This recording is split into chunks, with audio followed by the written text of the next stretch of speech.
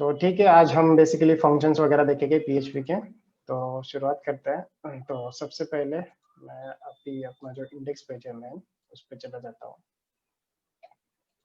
तो अपना index page में हमारे कंटेंट क्या है, लोकल होस्ट डेव।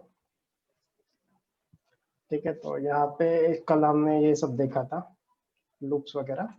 तो अभी जो लूप्स थे उसको भी मैं अभी एक कमेंट में डाल देता हूँ सारे को। Edit toggle block comment. ठीक है, तो अभी हम फंक्शंस को देखते हैं। ठीक है, तो फंक्शंस बेसिकली क्या होता है, एक लाइंस ऑफ कोड रहता है, एक सेटअप कोड रहता है। उसको कॉल करके मतलब हम जो भी हमें चीज करवाना है उस पर्टिकुलर लाइंस ऑफ कोड से तो हम करवा सकते हैं, जब भी जहाँ पे भी हमें यूज करना है वैसे। तो सबसे पहले एक बेसिक फंक्शन लिखता हूँ मैं, फंक्शन शो टेक्स्ट करके।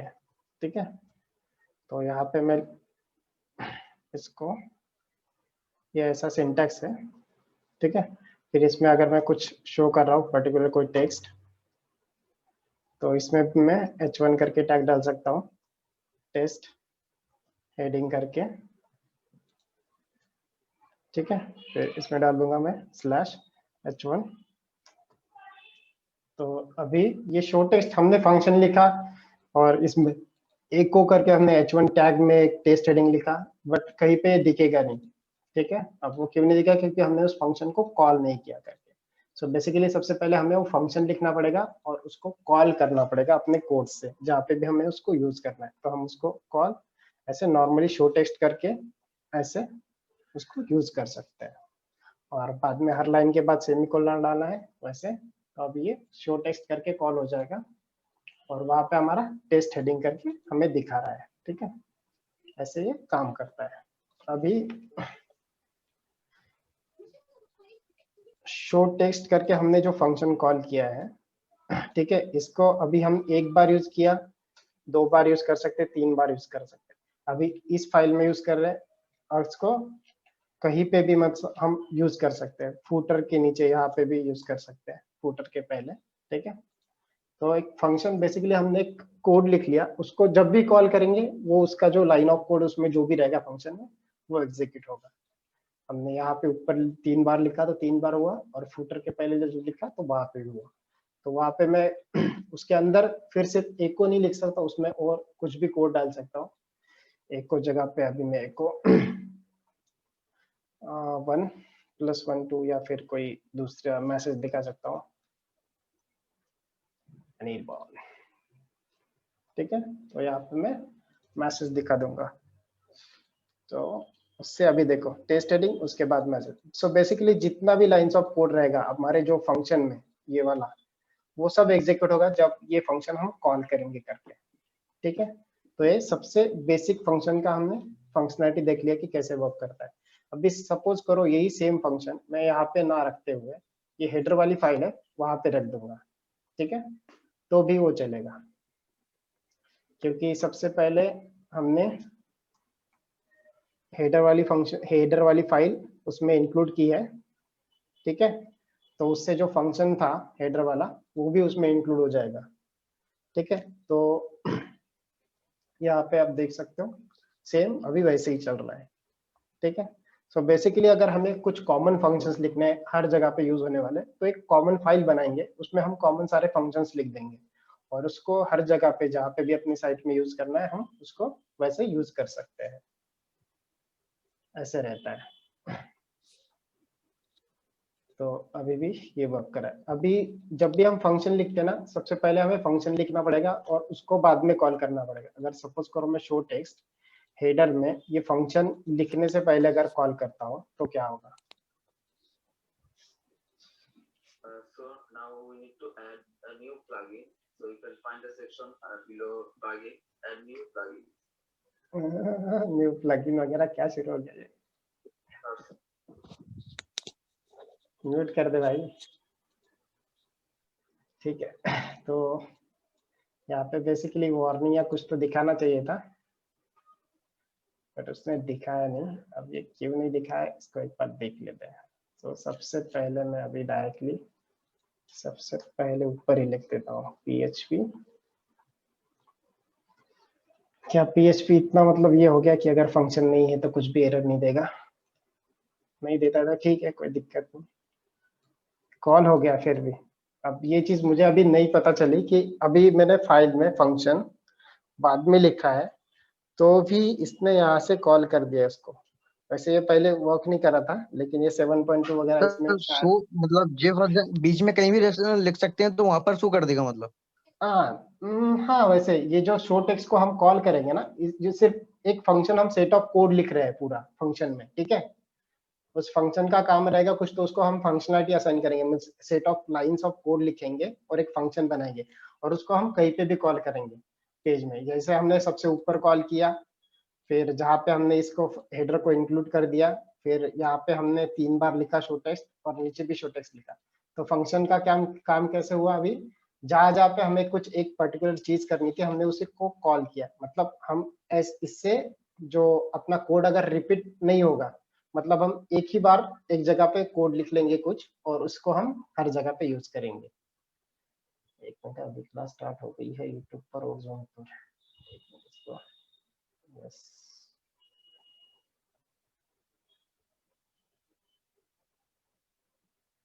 ठीक है। तो मतलब फंक्शन में हम अभी हमें कोड पूरा कॉपी पेस्ट नहीं करना पड़ेगा। जहां पे भी हमें वो पर्टिकुलर चीज यूज करनी है, तो हम एक ही बार लिख देंगे, हर बार ऐसे यूज कर सकते हैं। वैसी चीज है। अभी फंक्शन को, अब ये मैं हटा देता हूँ। अब ये तो नॉर्मल फंक्शन हुआ, जिसमें नॉर्मल हम शो टेक्स्ट करके दिखा रहे हैं। तो ये तो चीज समझ गए आप कि कितनी बार भी हम इसको यूज कर सकते हैं वगैरह, ठीक है। तो ये शो टेक्स्ट करके फंक्शन है इसको। अब हम एक काम करते हैं, index.php में अब कुछ दूसरा फंक्शन बनाते हैं, ठीक है। अब यहाँ पे शो टेक्स्ट को भी रहने देता हूँ दिखाने के लिए, ठीक है। अब एक दूसरा फंक्शन बनाते हैं, फंक्शन ऐड एडिशन करके, ठीक है। और इसमें बेसिकली हम 2 वैल्यू पास करेंगे, वैल1 करके डाल रहा हूँ मैं, और वैल2 करके। सो बेसिकली हम पैरामीटर भी पास कर सकते हैं अपने फंक्शंस को। अभी हम पैरामीटर वगैरह वैसा कुछ नहीं पास कर रहे थे, डायरेक्टली फंक्शन कॉल कर रहे थे। फिर उसके बाद अभी ये एडिशन वाला फंक्शन हमने लिखा है, तो यहाँ पे हम ये वाला कॉल कर सकते हैं। और जो वैल1 वैल2 में यहाँ पे हम पर्टिकुलर उसको वैल्यू पास करेंगे, सपोज 3 और 4 पास करेंगे आप, ठीक है। और 3 और 4 जो वैल्यू हमने पास की, वो इसको यहाँ पे इस पैरामीटर से यहाँ पे मिल जाएगी, वैल1, और फिर उसको प्लस कर देंगे हम वैल2 करके। हाँ बोलो। सर ये पैरामीटर क्या है? सो जो फंक्शन देखो, फंक्शन पैरामीटर को इंग्लिश चीज है बेसिकली। अभी देखो इसको थोड़ा मैं आपको सिंपली बताता हूँ। यहाँ पे हम कोई पैरामीटर पास नहीं कर रहे हैं, ठीक है। शो टेक्स्ट में हमने नॉर्मल फंक्शन कॉल किया, लेकिन हम यहाँ पे 2 पैरामीटर पास कर रहे हैं। बेसिकली फंक्शन को जो हम वैल्यू प्रोवाइड करते हैं ना, वो उसके पैरामीटर रहते हैं। उसकी जगह पे हम सिर्फ एक पैरामीटर भी पास कर सकते हैं, ठीक है, ऐसे। अच्छा सर, जो फंक्शन के अंदर आपने वैल1 वैल2 लिखा है उससे बोलते हाँ, जो वैल1 वैल2 है वो हमारे पैरामीटर्स है, हैं? Okay sir. समझ रहे हो। फंक्शन को जब हम पास कर रहे हैं, जो चीजें वैल्यू, एक मिनट, 2 लोग वेट कर रहे हैं एडमिन, और ठीक है, जो भी नए जूम में ऐड हो रहे हैं, एक मिनट इनको ऐड ही होने देते हैं, तो मैं बता देता हूँ उनको।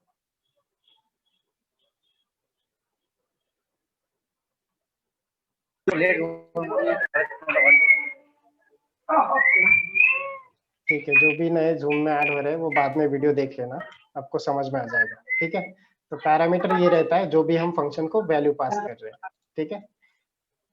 तो यहाँ पे अभी मैं सम करके वैल्यू है, और सम को यहाँ पे मैं दिखा दूंगा $sum करके। तो जो भी हम यहाँ से एडिशन 3 4 करके पास कर रहे हैं ना, तो वो वाला एडिशन हो जाएगा।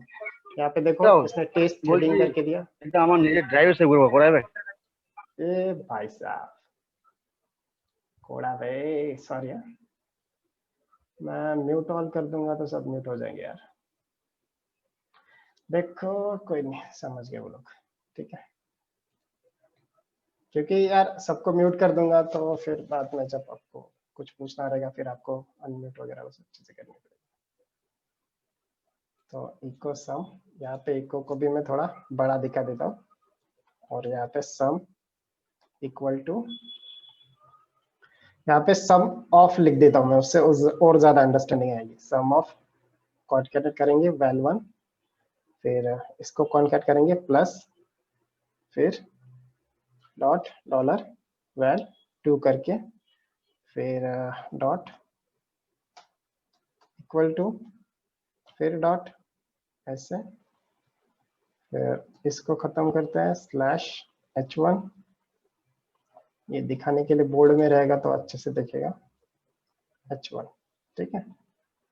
और जो ये लास्ट शो टेक्स्ट वाला फंक्शन है, सो अभी क्या करेंगे हम, ये जो 3 और 4 की वैल्यू पास करें हम वैल 1 और वैल 2 में, तो वैल 1 प्लस वैल 2 मतलब 3 प्लस 4, सब में क्या आएगा 7 आएगा। फिर 7 को हम कैसे दिखा रहे हैं, यहाँ पे हमने h1 टैग में सम ऑफ, फिर ये वैल 1 की value 3 plus 4 equal to sum करके आएगा। तो यहाँ पे देखो sum of 3 plus 4 equal to 7। So basically हमने एक सेट बना लिया जिसमें 2 पैरामीटर हम पास करेंगे, बेसिकली 2 वैल्यू पास करेंगे और वो क्या करेगा, एक सम, उसका सम कैलकुलेट करेगा और उसको स्ट्रिंग में दिखाएगा। सपोज यहाँ पे मैं कुछ वैल्यू चेंज कर देता हूँ, यहाँ पे 6 करता हूँ तो यहाँ पे उसका कैलकुलेशन आएगा। अब सेम जैसे मैंने उस फंक्शन को मल्टीपल में यूज किया था, इसको भी मैं मल्टीपल में यूज कर सकता हूँ और इसकी जगह पे अलग अलग वैल्यूज जाएगी।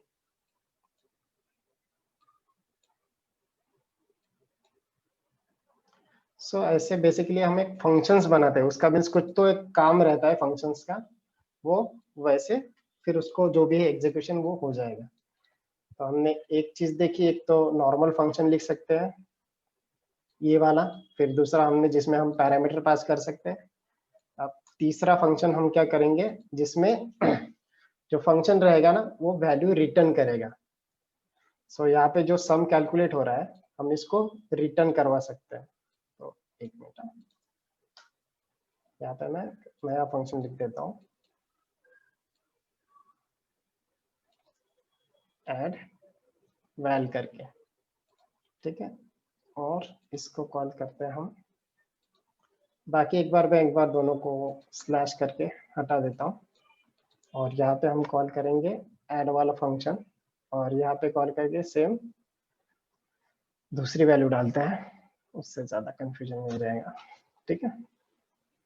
तो ऐड वाले फंक्शन में हम सम करेंगे और जो सम कैलकुलेट हुआ है उसको हम रिटर्न कर सकते हैं, रिटर्न डॉलर सम करके। जो तो हम क्या कर रहे हैं 23 और 5 4 6 को इस वैल्यू को, इस फंक्शन को पास कर रहे हैं वैल 1 वैल 2 और वो सम कैलकुलेट कर रहा है और उसको रिटर्न कर रहा है। सो अभी हम डायरेक्टली यहाँ पे ऐड वाल करके डालेंगे तो यहाँ पे फ्रंट में कुछ नहीं दिखेगा, ठीक है। सर ये क्यों रिटर्न नहीं कीवर्ड सम हाँ मैं रिटर्न बताता हूँ, एक मिनट मैं बताता हूँ। सो अभी जो हमने सबसे पहला फंक्शन लिखा था शो टेक्स्ट करके, ठीक है, हम उस फंक्शन को कॉल रहे हैं, उसमें जो इको करके था तो उसने कर दिया, ठीक है। फिर दूसरा जो ऐड वाल करके फंक्शन, एडिशन करके फंक्शन था, उसमें भी उसने सम किया और इको करके दिया। जो रिटर्न वाले फंक्शंस रहते हैं ना बेसिकली वो वैल्यू रिटर्न करता है, जैसे हम पैरामीटर जैसे पास कर रहे हैं ना फंक्शंस को। अब हमें अगर करना है कि फंक्शन से कुछ वैल्यू वापस जो कोड है यहाँ पे जो कोड एग्जीक्यूट हो रहा है वहां पे आए, तो हम वैसा कर सकते हैं। सो अभी क्या होगा, जो ऐड वाला फंक्शन है ना ये बेसिकली ये वैल्यू रिटर्न कर रहा है सम, ठीक है। तो इसको हम यहाँ पे कैप्चर कर सकते हैं, ठीक है।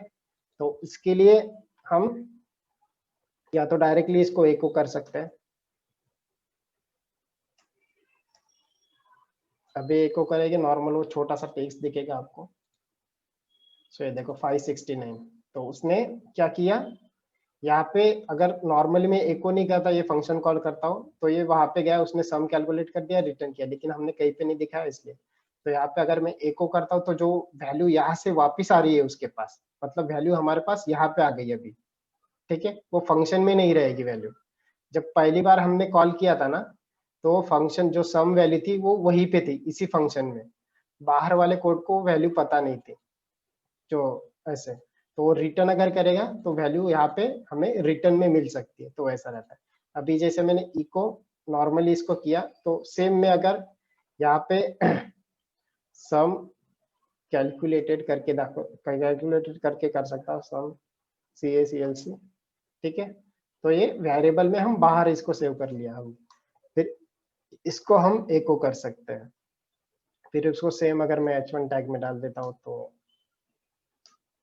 वैसे मैं दिखाने के लिए यहाँ पे H1 में दिखा सकता हूँ, तो ये यहाँ पे आ जाएगा।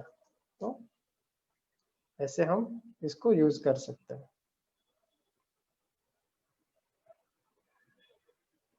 ठीक है, तो ऐसे हमारा ये वैल्यू रिटर्न हो रहा है। मतलब ये समझो आपको वैल्यू रिटर्न में क्या हो रहा है, कैसे हो रहा है, क्यों हो रहा है, ऐसे जो अभी पूछ रहे थे क्वेश्चन। बेसिकली रिटर्न में हम जो भी वैल्यू लिखेंगे ना, वो सिर्फ फंक्शन के लिए नहीं रहेगा, फिर वो जो वैल्यू जो भी रहेगी वो हमें बाहर हम यूज करने के लिए हमें होगा वैसा। तो हम नॉर्मल सर जी फंक्शन का अपन हाँ बोलो। सर जी अपन PHP के प्रोग्राम बना रहे हैं ना, तो ये अपन ने कोड लिखे है, इसके अंदर लिख रहे हैं ये वैसे सिंपल उस पे नहीं बना सकते हैं सर प्रोग्राम, फिर रन नहीं कर सकते हैं? कौन सा क्या बोल रहे हो, सॉरी। सर ये प्रोग्राम बनाया है ना आपने ठीक PHP है। का, तो अपन ये उस पे वेबसाइट उस पे शो कर रहे हैं जो अपन ने पेज बनाया है। जैसे सिंपल अपन ये प्रोग्राम लिखते हैं ऐसे पाइथन वगैरह का, जैसे सी वगैरह पे, ऐसे नहीं बना सकते इनको क्या? ये देखो, इनको कैसा रहता है, इनको चाहिए रहता है अपैचे सर्वर या फिर कोई सर्वर पे हमें इसको होस्ट करना रहता है PHP वाले फंक्शंस को। ठीक है, अच्छा। तो जो PHP वाला इनबिल्ट सर्वर भी रहता है PHP में, ठीक है, तो उसको भी आप देख सकते हो अगर PHP इनबिल्ट वाला अगर यूज करना है। लेकिन मोस्टली जो अपैचे या फिर जो XAMPP वाले ये रहेगा ना, वो आप यूज करोगे तो अच्छा रहेगा, इनबिल्ट सर्वर। तो उसको भी वैसे कर सकते हैं, बिल्ट इन सर्वर लिखा है वहाँ पे, इनबिल्ट लिख रहा हूँ। सो उसको भी हम यूज कर सकते हैं। इसको मैंने अभी तक यूज नहीं किया है। बेसिकली ये क्या करता है, अभी सपोज हमारा जो कोड है पब्लिक HTML करके फोल्डर में, तो वहाँ पे है ये, हमें ये सिंटैक्स डालना पड़ेगा, तो वो वहाँ पे वो होस्ट हो जाएगा। मतलब आपको अपैचे वगैरह इंस्टॉल करने की जरूरत नहीं है, लेकिन आपको PHP तो इंस्टॉल करना पड़ेगा, वैसी चीज है। तो ऐसा जैम आपको करके रखा है हाँ, तो मेरे XAMPP पास। में PHP भी आ जाएगा, अपैचे भी आएगा, सब कुछ आ जाएगा। तो ऐसी चीज है, तो वो चीज लगे। पाइथन में भी क्या होता है, आपको उसको रन करना पड़ता है, और उसमें एक प्लगइन वगैरह रहता है HTTPS वगैरह या फिर HTTP वाला, वो वाला उसको सर्वर में कन्वर्ट करता है। अपने पाइथन में अगर किया होगा तो आपने कभी किया है तो आपको पता रहेगा, उसमें भी HTTP करके वो जो मतलब वो क्या बोलते हैं उसको, प्लगइन ही बोलेंगे या मॉड्यूल बोलेंगे, वो उसमें इंक्लूड करके वो उसको सर्वर में कन्वर्ट करता है। सर ये रिटर्न वापस समझाना सर, ये मतलब मेन यूज क्या है सर इसका? हाँ, क्या मेन मतलब? यूज मतलब अभी यहाँ पे सपोज मुझे जो मेन हमारा कोड एग्जीक्यूट हो रहा है ना, अगर मुझे वो जो वैल्यू वहां से वापस लेना है उसको, तो उसके लिए सपोज मैं एक यहाँ पे कुछ यूजर का डेटा दिखा रहा हूँ, और यूजर के डेटा को प्रोसेस करना है या फिर प्रोसेस करके उसकी कुछ वैल्यू क्रिएट करना है। अभी सपोज यहाँ पे मुझे क्या करना है, यहाँ पे मुझे एको में उसका सिर्फ सम लेना है, ठीक है। तो मैंने ऐड वैल्यू कर दिया 23 और 5 और 6, तो यहाँ से मुझे रिटर्न वैल्यू मिल रही है। रिटर्न को यार मैं क्या थोड़ा एक्सप्लेन क्या बोलूं अभी आपको, मतलब ये जैसे जितने आप करोगे ना, तो आपको उसका एग्जैक्टली कहाँ पे कैसे यूज होता है तो वो पता चल जाएगा। वैसा है बेसिकली। अभी आप इतना याद रखो कि जो रिटर्न करके वैल्यू आएगी वो हम बाहर यूज कर सकते हैं।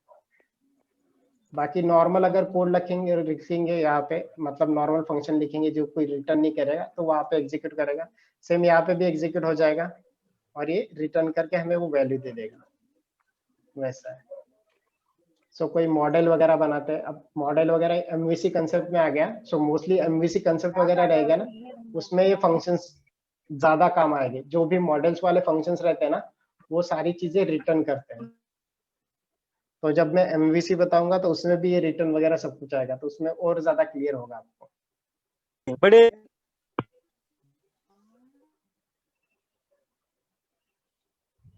आवाज नहीं आ रही है।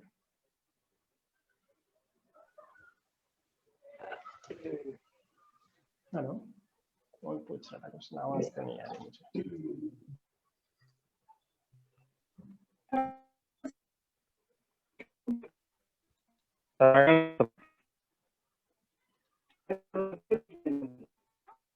आवाज बहुत कट रही है।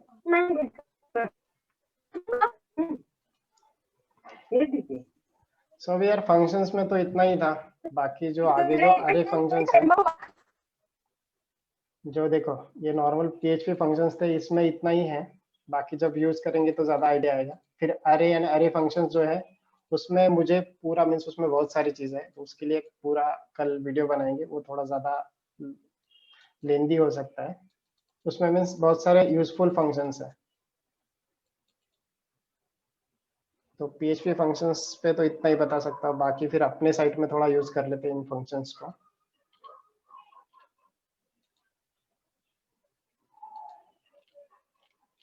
और कुछ जो PHP के इनबिल्ट फंक्शंस रहते हैं वो भी हम यूज कर सकते हैं। तो अभी जब लॉगिन पेज है, ठीक है, तो हमारा लॉगिन से पहले हम रजिस्टर पे आ जाएंगे। तो रजिस्टर में ये जो डेटा हम फिल कर रहे हैं, नेम वगैरह, ठीक है, तो यहाँ पे हम डायरेक्टली प्रिंट आर करके पोस्ट कर रहे हैं। तो कुछ PHP वाले जो इनबिल्ट फंक्शन रहते हैं, जैसे टैग्स वगैरह, वो यूज कर सकते हैं। तो स्ट्रिप टैग का फंक्शन मैं आपको बता देता हूँ, वो क्या करेगा, उसमें से जो टैग्स वगैरह रह गए HTML वाले वो हटा देगा वहां से। ठीक है, तो अभी सपोज हमें थोड़ा सिक्योरिटी वाइज देखना पड़ता है कि मीन्स कोई लोग मतलब उसमें टैग्स वगैरह ना भेजे HTML वगैरह जावास्क्रिप्ट के। तो उसके लिए हम ऐसे स्ट्रिप टैग कर सकते हैं। अभी सपोज ये अपना रजिस्टर पेज है, ठीक है, यहाँ पे अभी मैं नेम में ऐसे कुछ डाल देता हूँ। बेसिकली यहाँ पे मैं h1 डाल देता हूँ, test/h1। ठीक है, कोई मैसेज कर रहा है, क्या कर रहा है, चैट में क्या लिखा है? बैकग्राउंड से वॉइस प्रॉब्लम हो रही है, आवाज ही नहीं आ रही मेरे बैकग्राउंड से, तो मुझे नहीं लगता यहाँ से कुछ हो रही। ठीक है, तो यहाँ पे मैं अगर h1 टेस्ट वगैरह डालूंगा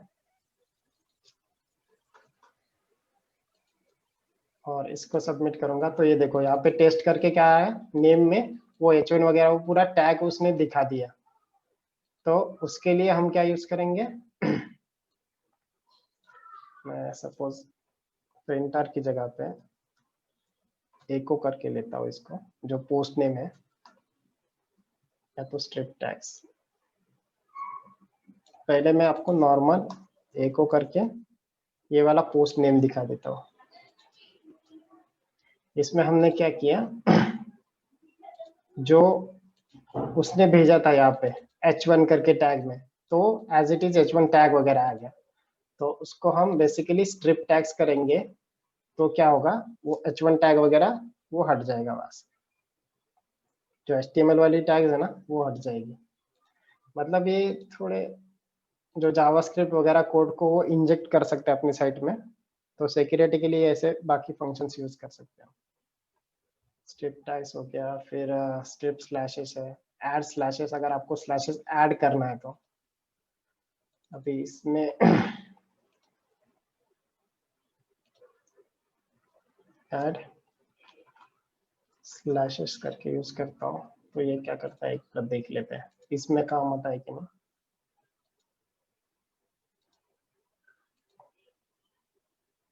add C slashes normal add slash वाला फंक्शन है कि नहीं है। तो ये देखो यहाँ पे, तो यहाँ पे मैं कुछ स्लैश के लिए कुछ और चीज डालता हूँ। अगर मैं इसमें ये वाला डबल कोट डालता हूँ तो ये क्या करेगा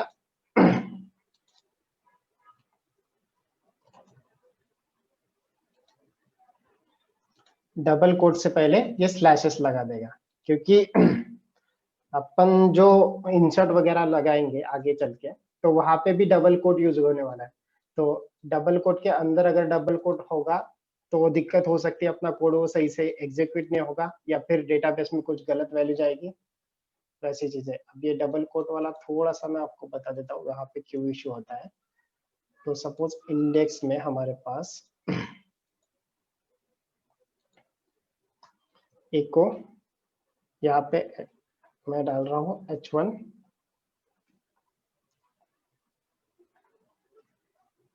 स्लैश h1 करके, ठीक है। तो यहाँ पे मैं कुछ हेडिंग वगैरह डाल रहा हूँ, हेडिंग, ठीक है। ये नहीं, अपना होम पेज पे यहाँ पे ये हेडिंग डाला। अगर मुझे इसमें बीच में अगर मुझे डबल कोट दिखाना है, मतलब सम फ्रंट में दिखाना है, तो मैं यहाँ पे डबल कोट डालूंगा तो इशू हो जाएगा, यहाँ पे वो सिंटैक्स एरर करके बताएगा। तो मुझे फ्रंट में डबल कोट डाला, डबल कोट की जगह पे मैं अगर यहाँ पे सिंगल कोट डालता हूँ तो सिंगल कोट तो नॉर्मली आ रहा है यहाँ पे, ठीक है, यहाँ पे सिंगल कोट आ रहा है, ठीक है। और मुझे डबल कोट दिखाना ही है तो मैं क्या करूंगा, इसको यहाँ पे फिर मैं बैकस्लैश यूज करूंगा और फिर डबल कोट डालूंगा। तो उससे क्या होगा, ये सिंटैक्स में कोई इशू नहीं होगा, ये ब्लैक स्लैश नहीं दिखेगा, ये जो डबल कोट हमने डाला है वो दिखेगा। तो ये ऐसे डबल कोट दिखा सकते हैं। अब सेम जैसे में हम डबल कोट यूज कर रहे हैं ना, तो इसकी जगह पे हम सिंगल कोट भी यूज कर सकते हैं, ठीक है। तो सिंगल कोट की वक्त तो ये ऐसे, ये स्लैश भी दिखा रहा है अभी, क्योंकि उसको इससे कोई मतलब नहीं, क्योंकि ये सिंगल वाला नहीं है। तो जब सिंगल डालेंगे तो हम डबल कोट डाल सकते हैं, और जब बाहर डबल कोट डाल रहे हैं तो अंदर हम सिंगल कोट डाल सकते हैं। और सिंगल कोट है और अंदर सिंगल कोट डालना है तो हमें स्लैश करके सिंगल कोट डालना पड़ेगा, और बाहर डबल कोट है अंदर डबल कोट डालना है तो हमें स्लैश करके उसको ये करना पड़ेगा। तो हम ऐसे वो यूज कर सकते हैं।